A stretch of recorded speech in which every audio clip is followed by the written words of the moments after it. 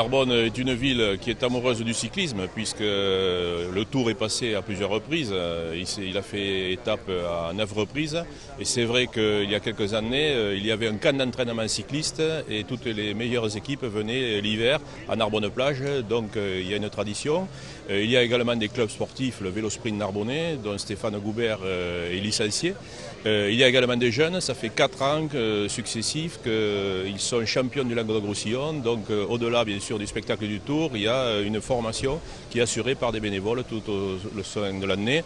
Et donc c'est pour Narbonne à la fois une récompense pour tous ces passionnés, mais c'est aussi une opportunité puisque au niveau médiatique c'est un coup de projecteur. Des pays comme les États-Unis, on situe très difficilement la France, mais on sait qu'il y a un Tour de France. Moi j'ai été une fois aux États-Unis et donc on m'a parlé du Tour de France.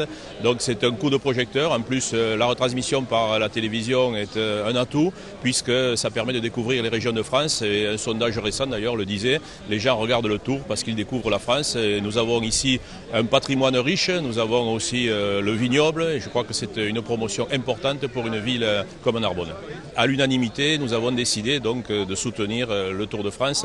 Le cheminement, c'est effectivement les retombées médiatiques, c'est un coup de projecteur sur une ville, mais c'est également aussi, on le voit aujourd'hui, un succès populaire et donc c'est important d'être dans cette démarche du Tour parce que même si il y a eu des problèmes dans le Tour, aujourd'hui je crois qu'il faut revenir à ce qu'était le Tour au départ, c'est-à-dire un rêve. Quand on est gamin, moi-même je jouais aux petits coureurs avec des dés et je crois que c'est tous les gamins qui ont fait ça et on rêvait aux grands champions. Je crois que même si aujourd'hui avec la médiatisation et puis le professionnalisme, le sport a changé, je crois qu'il faut maintenir un certain nombre de valeurs et on peut quand même se réjouir qu'aujourd'hui il y ait des contrôles en France. C'est dommage que sur d'autres tours, que ce soit l'Italie ou l'Espagne, on n'ait pas les mêmes contrôles. Il faut au niveau européen harmoniser les règles. Ça permettra justement d'avoir une compétition qui soit à la fois juste, équilibrée et qui permette de faire rêver encore les gamins. Nîmes est ouvert à la fête, effectivement. La fête avec les taureaux, mais aussi la fête avec les sportifs. Et aujourd'hui, c'est à nouveau le Tour de France que nous accueillons. Et c'est vraiment un plaisir. Le public est venu nombreux. Les Nîmoises et Nîmois sont là. C'est une grande fête populaire. Nîmes est une ville sportive.